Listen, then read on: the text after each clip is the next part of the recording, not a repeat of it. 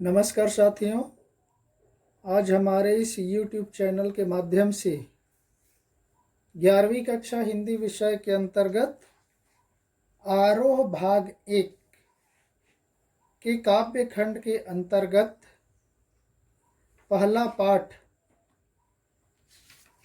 जो कबीरदास जी की रचना है, पद 1 और 2 के संदर्भ में हम लोग चर्चा करेंगे। काव्य या पाठ शुरू करने के पहले हम लोग कबीरदास जी के बारे में थोड़ा चर्चा कर लेते। आप सबको मालूम है, हिंदी साहित्य या हिंदी बोले तो बिना कबीरदास के, बिना तुलसीदास के, बिना सूरदास के, बिना मीरा के हिंदी साहित्य अधूरा है, अपूर्ण है। इसलिए कबीरदास, मीराबाई, सूरदास, तुलसीदास को जाने बगैर हिंदी साहित्य को जानना या हिंदी विषय को जानना अपने ज्ञान को अधूरा रखने के जैसा है। और कबीरदास जी कोई परिचय का मोहताज नहीं है। कबीरदास जी बहुत ही सरल, स्वाभाविक, सीधे साधे शब्दों में कहने वाला व्यक्ति था। कबीरदास, हमने वहाँ पर विस्तार से लिखा हुआ है, देखिए। कबीरदास का जन्म 1398 में वाराणसी, बनारस, जिसका प्राचीन नाम है काशी कहा जाता है, वहाँ पर लहर तारा नामक स्थान है, वहीं पर उत्तर प्रदेश में उनका जन्म हुआ 1398 में। और उनकी मृत्यु हुई 1518 में बस्ती के निकट, बस्ती जिला है यूपी का, उसके निकट मगहर है, उस मगहर नामक स्थान में उनकी मृत्यु हुई। इस तरह से वे 120 वर्ष की आयु तक जीवित रहे। उनके गुरु रामानंद थे। कबीरदास जी रामानंद के शिष्य थे। और इस तरह से उन्होंने समाज सुधार करते हुए, कबीरदास जी को समाज सुधारक भी कहा जाता है, समाज सुधार करते हुए अपनी वाणी को सीधे सरल शब्दों में व्यक्त करते थे। कबीर की भाषा कोई एक निश्चित भाषा नहीं थी, इसलिए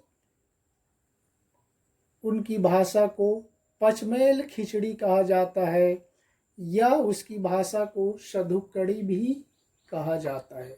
यानी वह एक भाषा में नहीं बल्कि कई भाषाओं का उनके काव्यों में, दोहे चौपाइयों में मिश्रण पाया जाता है, क्योंकि वे घूम घूम कर लोगों को शिक्षा देते थे, समाज सुधार का काम करते थे। इसलिए उनकी भाषा में एक भाषा का प्रभाव नहीं बल्कि कई भाषाओं का मिश्रण पाया जाता है। और इसीलिए उनकी भाषा को पचमेल खिचड़ी या सधुक्कड़ी कहा जाता है। आप सबको मालूम है कि कबीरदास जी साहित्य के भक्ति काल के अंतर्गत आते हैं। हिंदी साहित्य को 4 कालों में बांटा गया है। पहला है आदि काल, दूसरा भक्ति काल, तीसरा रीति काल और चौथा है आधुनिक काल। तो कबीरदास जी भक्ति काल के निर्गुण काव्य धारा, भक्ति काल में भी 2 काव्य धारा हैं, निर्गुण काव्य धारा और सगुण काव्य धारा। निर्गुण काव्य धारा के अंतर्गत ज्ञानाश्रयी शाखा और प्रेमाश्रयी शाखा आता है, और सगुण के अंतर्गत राम भक्ति शाखा और कृष्ण भक्ति शाखा आता है। तो कबीरदास जी निर्गुण काव्य धारा के ज्ञानाश्रयी शाखा के प्रतिनिधि कवि माने जाते हैं, प्रमुख कवि माने जाते हैं।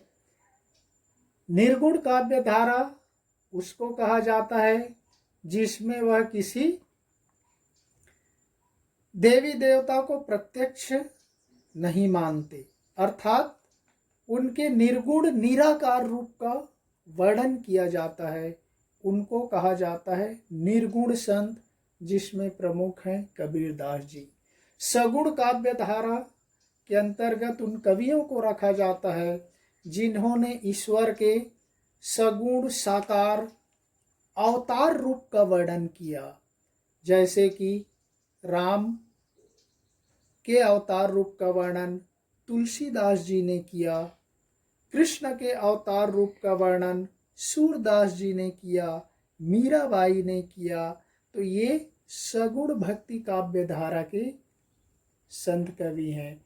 निर्गुण काव्य धारा में कबीरदास,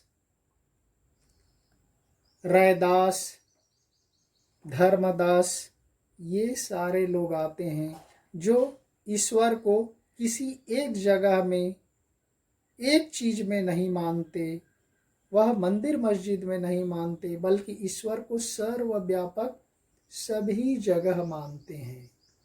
तो इस तरह से कबीरदास जी निर्गुण काव्य धारा के अंतर्गत आते हैं।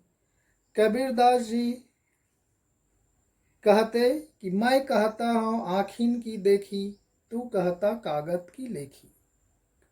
कबीरदास जी कागज के लिखे हुए पर विश्वास नहीं करते, आँखों की देखी के पर विश्वास करते थे। और सबसे बड़ी बात, कबीरदास जी पढ़े लिखे नहीं थे। उन्होंने कई बार उनके ग्रंथों को पढ़ने से पता चलता है कि मसी कागज छुयो नहीं, कलम गही नहीं हाथ। मसी कागज स्याही दवात को उन्होंने छुआ ही नहीं, पेन यानी कलम को हाथ में लिया ही नहीं। फिर बोलोगे कि इन्होंने काव्य रचना कैसे कर डाले। कबीरदास जी केवल बोलते थे, उनके शिष्य लोग उनकी वाणी को, उनके प्रवचन को पंक्तिबद्ध करते थे, लिपिबद्ध करते थे, अर्थात लिखते थे। तो इसलिए कबीरदास जी अनपढ़ होते हुए भी समाज को सुधारने का काम करते थे, इसलिए कबीरदास जी को समाज सुधारक भी कहा जाता है, सबसे बड़ा समाज सुधारक। इन्होंने दोनों प्रमुख संप्रदायों, विशेषकर भारत के संदर्भ में हिंदू संप्रदाय और मुस्लिम संप्रदाय में जो भी कर्मकांड है, पूजा पाठ है, जप तप है, भक्ति भावना है, इस पर उन्होंने करारा व्यंग्य किया है। इसके आडंबरों को तोड़ने का प्रयास किया और लोगों को ये बताने का प्रयास किया कि ईश्वर कर्मकांड में, पूजा पाठ में, तीर्थ यात्रा करने में नहीं है, बल्कि ईश्वर तो अपने आत्मा के रूप में परमात्मा मौजूद है, ऐसा कबीरदास जी मानते हैं। इसलिए वह कहते हैं, मोको कहाँ ढूंढे रे बंदे, मैं तो तेरे पास में, न मैं मंदिर न मैं मस्जिद, न काबे कैलाश में, खोजी होए तो तुरता मिलहूँ, पल भर की तलाश में, कहे कबीर सुनो भई साधु, सब श्वासों की श्वास में। कबीरदास जी ईश्वर के उस निर्गुण निराकार रूप का वर्णन करते हैं जो सर्वत्र विद्यमान है, हर जगह, हर चीज, हर जीव में ईश्वर को देखते हैं।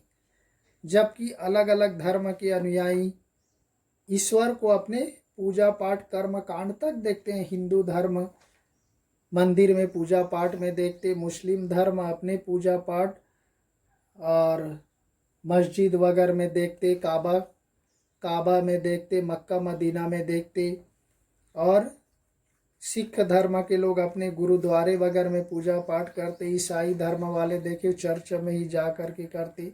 ये सब पर कबीरदास जी विश्वास नहीं करते थे। तो उन्हीं पर आधारित यहाँ पर कबीरदास के 2 पद दिए गए हैं, जिसको हमने 3 वीडियो के माध्यम से प्रस्तुत किया है। यहाँ पर पहले पद में कबीर ने परमात्मा को सृष्टि के कण कण में देखा है। कबीरदास जी मानते हैं कि वह परमात्मा सृष्टि के हर कण में मौजूद है। मैंने आपको पहले ही बताया कि कबीरदास जी निर्गुण निराकार को मानने वाले हैं, इसलिए वो सर्वत्र ईश्वर को देखते हैं। उसकी ज्योति, उसका स्वरूप वह सब जगह स्वीकार करते हैं और मानते हैं कि सारे संसार में, इस चराचर में केवल उसी परमात्मा की ज्योति सारे संसार में जीवों के रूप में मौजूद हैं, ऐसा कबीरदास जी मानते हैं। इसी व्याप्ति को उन्होंने अद्वैत सत्ता के रूप में स्वीकार किया। अद्वैत सत्ता, एक होता है द्वैतवाद, हिंदी में होता है द्वैतवाद, अद्वैतवाद। द्वैतवाद मतलब सत्ता की 2 चीजें होती हैं, वह 2 उसके आधार होते हैं। अद्वैत मतलब सारे संसार को एक ही माना जाता है। जैसे वह जीवों में जो आत्मा है वह ही परमात्मा है, इसलिए आत्मा और परमात्मा में कोई भेद नहीं करते, उसको कहा जाता है अद्वैतवाद। जो आत्मा और परमात्मा में भेद करते हैं, अंतर करते हैं, उसको कहा जाता है द्वैतवाद। तो कबीरदास जी अद्वैत सत्ता के रूप में देखते हुए विभिन्न उदाहरणों के द्वारा अपने पद के माध्यम से रचनात्मक अभिव्यक्ति देकर लोगों को सुधारने का, समाज को सुधारने का काम किया। तो हम अगले वीडियो में देखेंगे कि कबीरदास के पहले पद में कबीर ने किस तरह से लोगों को ईश्वर के नज़दीक जाने का क्या रास्ता बताया, क्या उपाय सुझाया। इसके बारे में हम अगले वीडियो में कबीरदास के पहले पद के रूप में हम चर्चा करेंगे। तब तक हम इसको यहीं पर विराम देते हैं। धन्यवाद, जय हिंद। लेकिन एक और बात देखिए, कबीर को हजारी प्रसाद द्विवेदी ने वाणी का डिक्टेटर कहा है, अर्थात कबीरदास जी अपनी भाषा को जैसा बोलना चाहते वैसे ही बोलते हैं, उसमें सुधार करना नहीं चाहते। अर्थात एक तानाशाह के रूप में अपने शब्दों को समाज के सामने प्रस्तुत करते थे, चाहे किसी को वह अच्छा लगे या बुरा लगे, इस पर वह चिंता नहीं करते थे। इसीलिए कबीरदास जी को हजारी प्रसाद द्विवेदी ने वाणी का डिक्टेटर कहा है। इसी के साथ ही हम इसको समाप्त करते हैं। धन्यवाद।